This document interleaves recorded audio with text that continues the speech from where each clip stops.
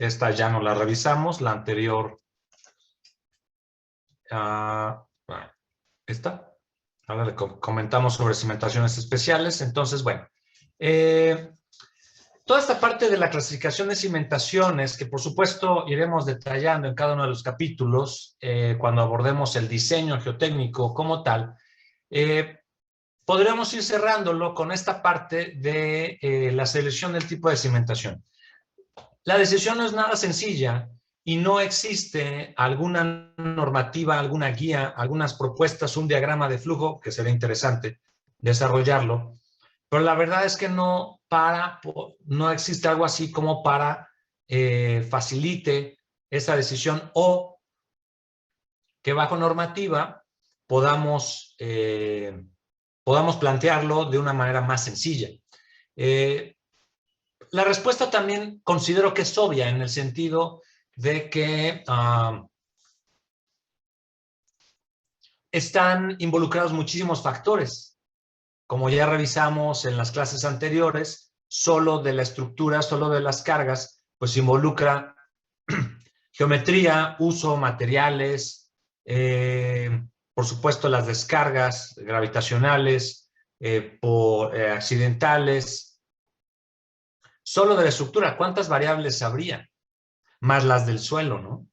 ¿A qué profundidad está? ¿Qué tipo de material es? ¿Qué capacidad de carga tendrá? Y sobre eso dimensionas, ¿sí? Por lo que, pues estas recomendaciones, pues no, o mejor dicho, estos planteamientos normativas, pues no se dan, ¿no? Involucran muchísimas variables.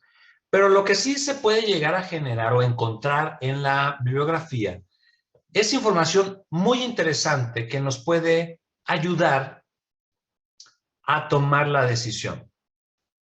Una muestra de esto es esta tabla que les comparto del profesor Enrique Tamés, de su libro de 1992. Ya este ingeniero tiene poco de haber fallecido, un par de años, si acaso, cumplirá 2 años en este venidero, en este presente, perdón.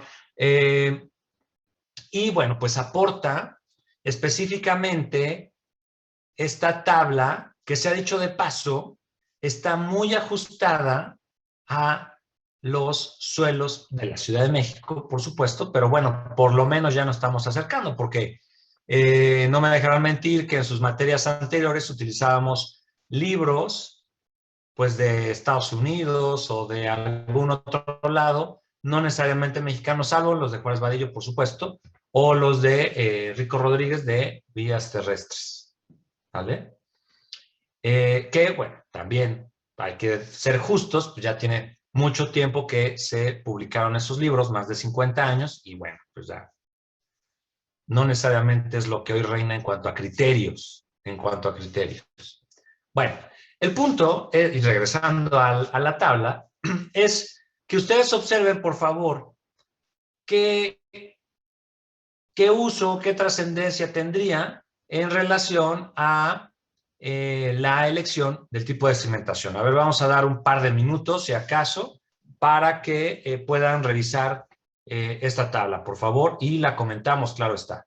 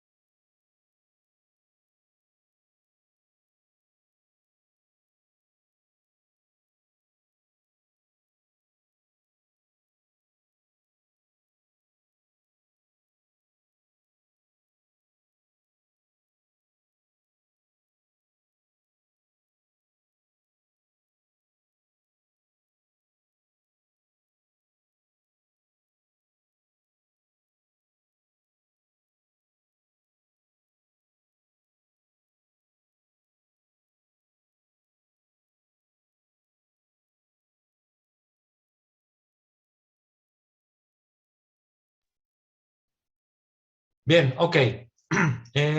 Osvaldo de la Cruz, ¿nos puedes comentar, por favor, qué es lo que te llama la atención?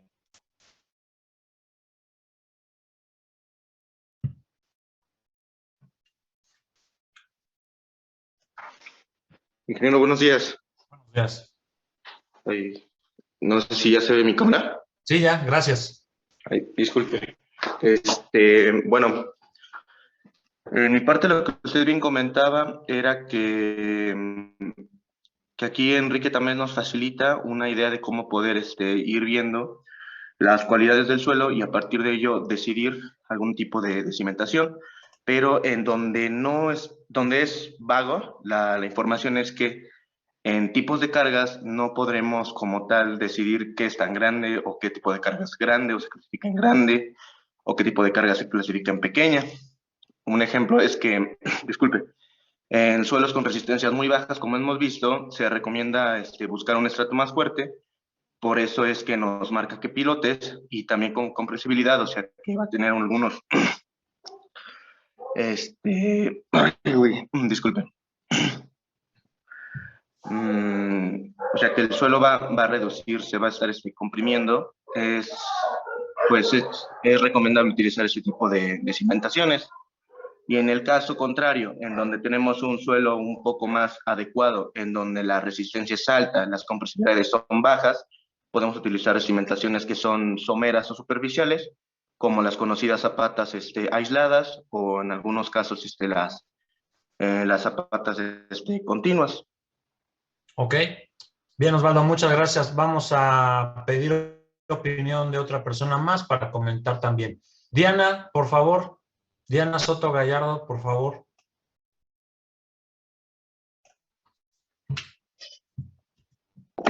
Buenos días, ingeniero. Disculpe, estoy teniendo problemas con mi cámara. Ok, bueno, a ver, entonces otra persona. Jocelyn Herrera.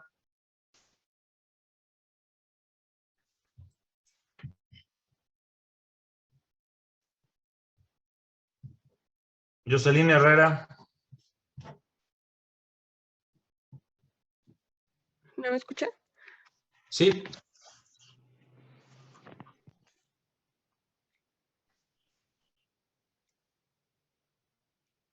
Jocelyn. Buenos días.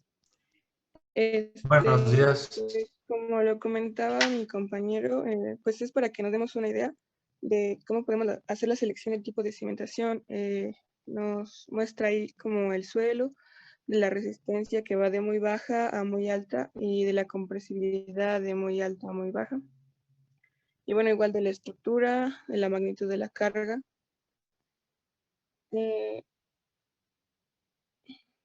lo que no me quedaba muy claro es como lo de media y alta resistencia y compresibilidad, lo de los cajones y las losas. Como que esa parte, bueno, no la comprendo muy bien. Ok, bien, Jocelyn, gracias. Vamos a comentarlo. Bien. Como ustedes ya pudieron observar, por supuesto, y tomando en cuenta los comentarios de sus compañeros, pues sí, efectivamente relaciona lo que viene siendo la estructura. Y sí, comentaba Osvaldo, bueno, es que ahí es un tanto cuanto, pues, arbitrario en definir una carga pequeña, mediana, grande, estoy de acuerdo.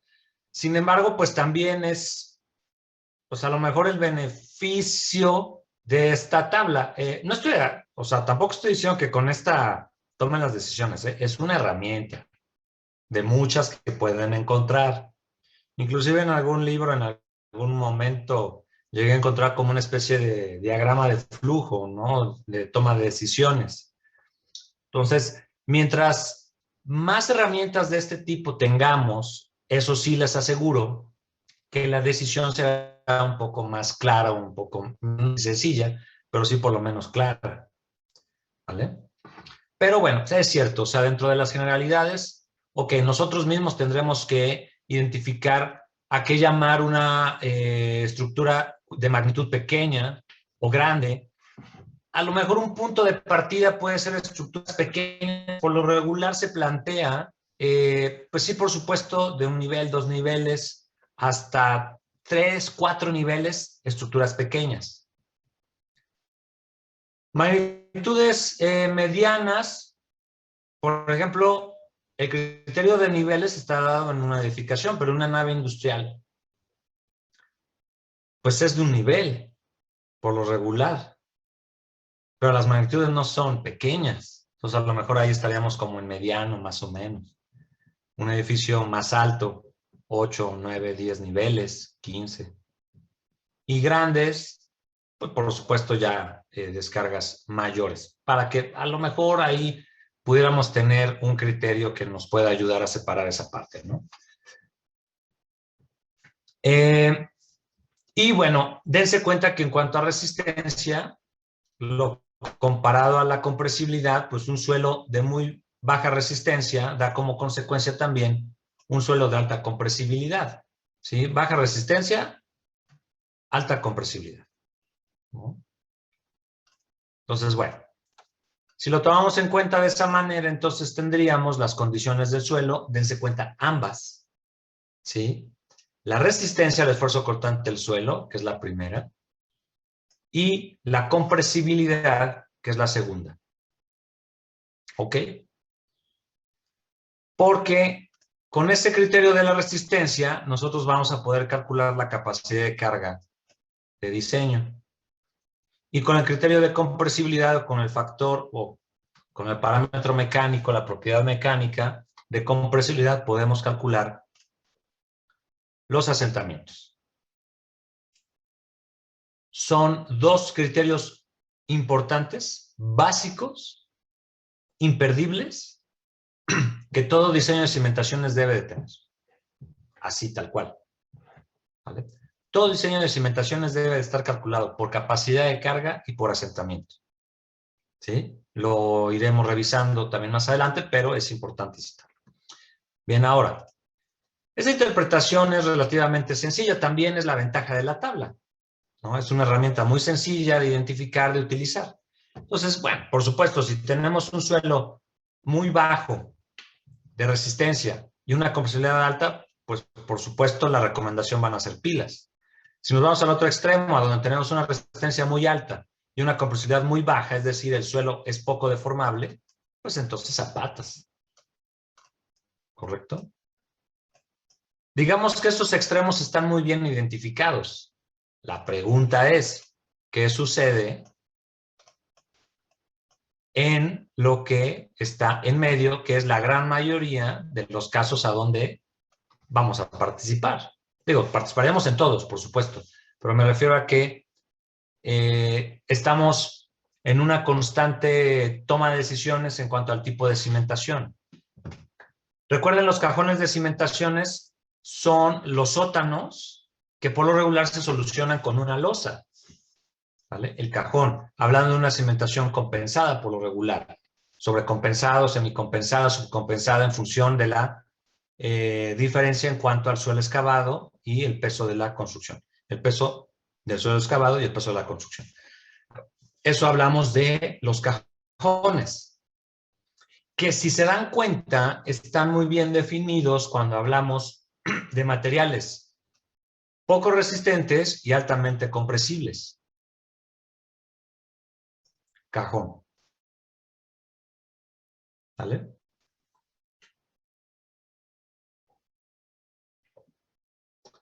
Ahora, siguiendo el ejemplo el caso de los cajones, está en función también de las descargas, dense cuenta.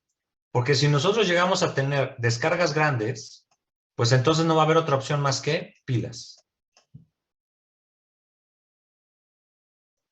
Sí, posiblemente con sótano, y que por debajo de la losa del sótano se desarrollan las pilas, por supuesto. ¿Vale? ¿Y qué es lo que sucede? Se los voy a anotar con otro color. Cuando tenemos una resistencia, pues buena, alta, y una compresibilidad, pues a lo mejor no tan mala, una opción pudieran llegar a ser las losas para descargas grandes.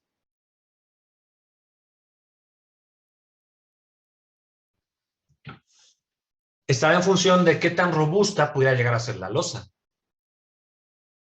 ¿Qué espesor de losa, ¿qué peralte tiene una losa de casa de habitación de interés social?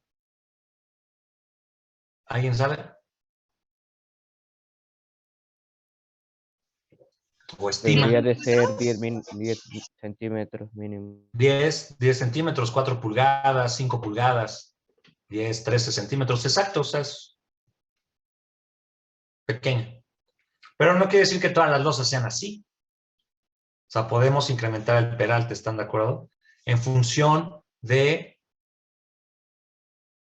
la deformación que tengamos en el suelo. Por eso, en suelos compresibles, es una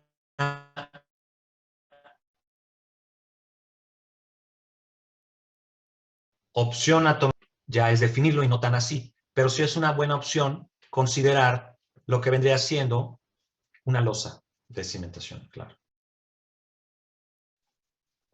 Bien, ¿algún comentario de esta tablita? No sé si con esto ya haya quedado claro las inquietudes que estábamos comentando hace un momento. Y bueno, insistir en que no es la tabla, pero sí nos puede ayudar a visualizar en primera instancia. Porque si se dan cuenta, es, insisto, también la ventaja. No estamos hablando de números, no estamos hablando de algo tal cual como tal, sino una generalidad. Y es la función de la tabla, o sea, si es lo que se busca, tener un análisis preliminar.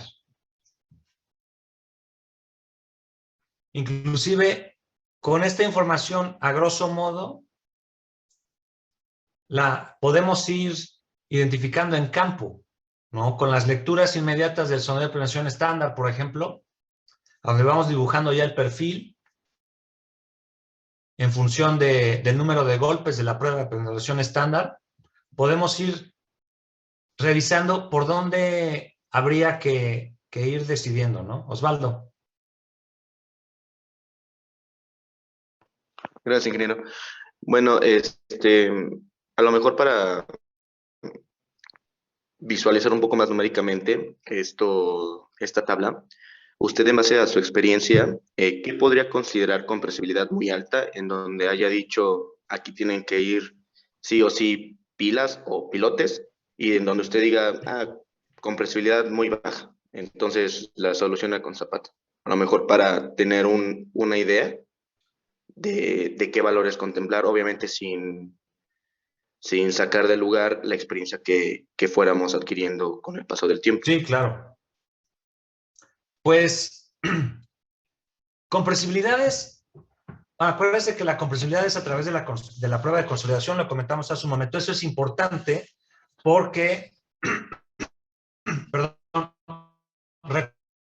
recuerden que también existe la condición de los asentamientos inmediatos o los asentamientos elásticos, que eso, bueno, son aparte. Entonces, hablando de una compresibilidad muy alta, pues estamos hablando a lo mejor de asentamientos mayores, creo yo, a 30 centímetros, 25 centímetros, 25 o 30 centímetros. Yo consideraría ya una compresibilidad muy alta. La realidad es que no hay muchos lugares a donde podamos encontrar estas condiciones. O, mejor dicho, son generalmente conocidos o que nosotros podemos identificar por la geografía. Por ejemplo, Tabasco. Tabasco es una zona muy pantanosa en general, a donde fácilmente podemos encontrar suelos altamente compresibles. Evidentemente, la zona de los lagos en la Ciudad de México, claro. Aquí en Puebla, a lo mejor cercanos a cuerpos de agua, ¿sí? Cercanos a los ríos, ¿vale? Que todavía están o que no estaban, bueno, que ya no están hoy entubados, por ejemplo, el río San Francisco, todo lo que es el Boulevard 5 de Mayo, para quienes ubiquen mejor la ciudad, ¿no? Está entubado, pero no quiere decir que la estratigrafía haya cambiado. A eso hay que tomarlo en cuenta, ¿no? Entonces sí, yo creo que unos 25 o 30 centímetros ya es muy alto, o sea, tan alto que una opción de desplantarse ahí, dependiendo las magnitudes, tendría que ser ya pilas, ¿no? Pilotes, un mejoramiento. Aquí no toman en cuenta mejoramientos, pero un mejoramiento, ¿no? Que más adelante, cuando veamos la unidad de suelos especiales, les compartiré una tabla que habla sobre las recomendaciones de mejoramientos, por cierto.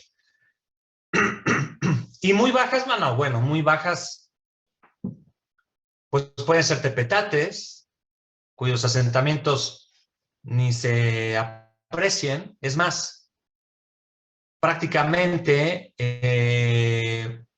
pruebas de consolidación a tepetates no se hacen, porque sabemos que el asentamiento es muy... Digo, las pueden hacer, claro, ¿no? Nadie se los impide. Pero bueno, se conoce de antemano que el asentamiento no es representativo. Perdón, mejor dicho.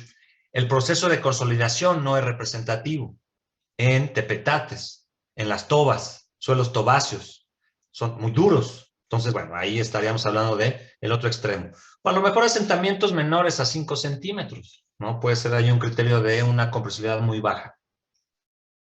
Para cerrar esta parte, atendiendo también la opinión de Osvaldo, o el comentario de Osvaldo, en cuanto a resistencias muy bajas, por supuesto 4 toneladas metro cuadrado, 5 toneladas metro cuadrado, ya son resistencias muy bajas, de cohesión, por ejemplo. Ángulos de fricción interna de 10, de 15 grados, bueno, así, sería el límite, serían ya muy bajos, bajos. Y ya muy altos de resistencias, bueno, pues tenemos a lo mejor en roca, por supuesto, ¿no? Ángulos de fricción interna altos, pues ya estaríamos hablando a partir de unos 30 grados, 35 grados, que también nuevamente estas dos condiciones de presión y ángulo de fricción interna altos los podemos encontrar en suelos tobáceos, ¿sí? Que, se ha dicho de paso, abundan en la ciudad de Puebla, ¿vale? Bien. No sé si tengas alguna otra inquietud, Osvaldo, o alguien más, por supuesto. De mi parte, por el momento, no. Sí, con gusto. ¿Alguien más? ¿No? Bueno, ok. Bien, bueno, esta actividad ya la hicimos. Entonces, bien, pasaremos a revisar las condiciones generales o lo que involucra, como ya parte final de lo que es la unidad 1,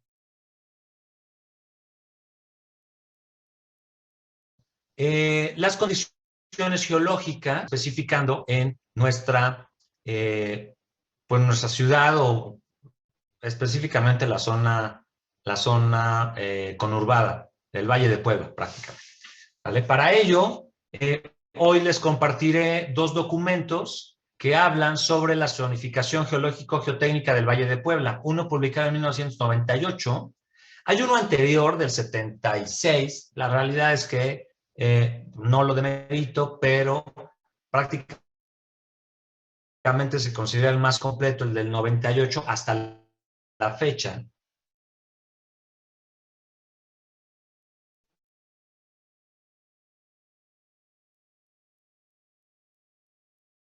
Sur poniente, lo que viene siendo la parte de la zona de Angelópolis. Yo creo que es obvia la razón. En los últimos años, década y media, ha crecido muchísimo en esa zona y se ha construido mucho edificio alto. De ahí, bueno, que se tiene información y entonces se hace una actualización de esa.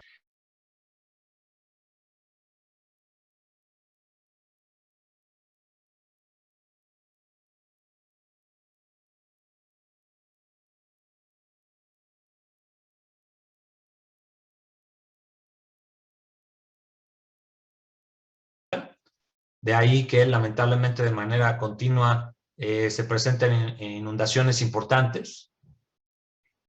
Y la otra está en función también de la formación de sus suelos.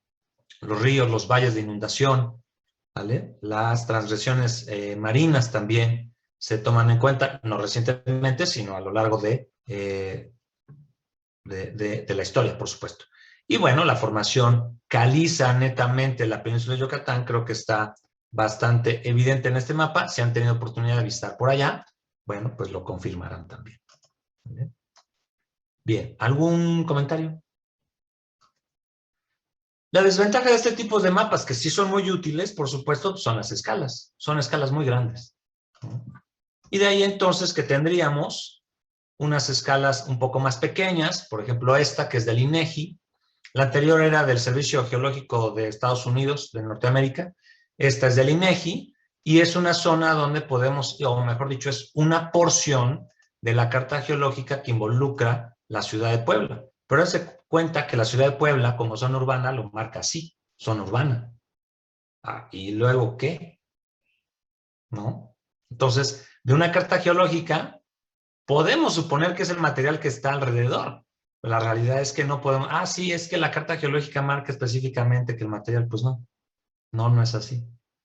¿Vale? Sí, también en un código de colores, un código de ashurados. Aquí lo amarillo son tobas andesíticas, que es prácticamente la mancha del volcán de la Malinche.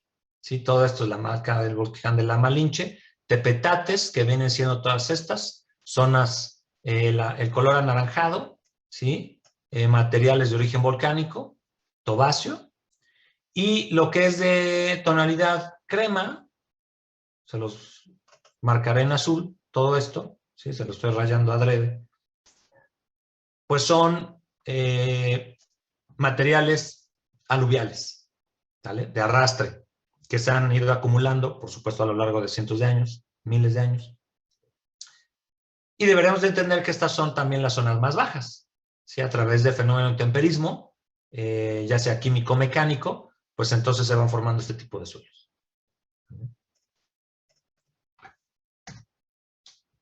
Y bueno, pues vamos a dejarlo ahí por el día de hoy en cuanto a la geología del Estado de Puebla, para ser un poco más específicos, con ayuda también de la información que yo les voy a compartir. Entonces les pido por favor que la lean, tendrán estos 2 días, hoy y mañana, para que el miércoles abordemos, con ayuda de esos documentos, yo les estaré preguntando, no es necesario que se lo aprendan, por supuesto que no, pero sí que lo tengan a la mano, ya sea digital o impreso, si quieren hacerlo así, como se les sea más fácil, pero sí que lo tengan a la mano y que se les sea familiar, para que podamos dialogar en la clase conforme vayamos avanzando, ¿correcto?